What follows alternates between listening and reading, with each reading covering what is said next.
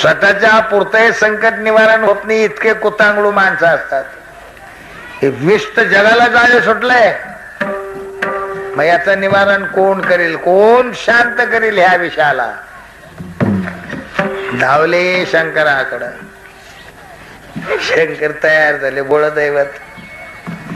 काही भोळे माणसं असतात तसं हे दैवत आहे. भले 33 कोटी देव आहेत, पण कोण कसा आहे तर कोण कसा आहे तर कोण कसा आहे. हे शंकर म्हणजे भलतं भोळ दैवत आहे. त्याला कोणी फसवावं चालत. देव आहे पण फसवतात, तोही फसवून घेतो.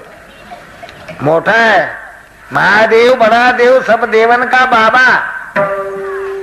मोठा देव आहे, सगळ्या देवांचा बाबा आहे, सगळ्यात श्रेष्ठ आहे.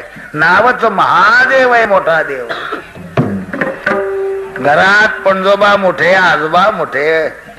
पणजोबा आजोबा नसतील तर बाप मोठे.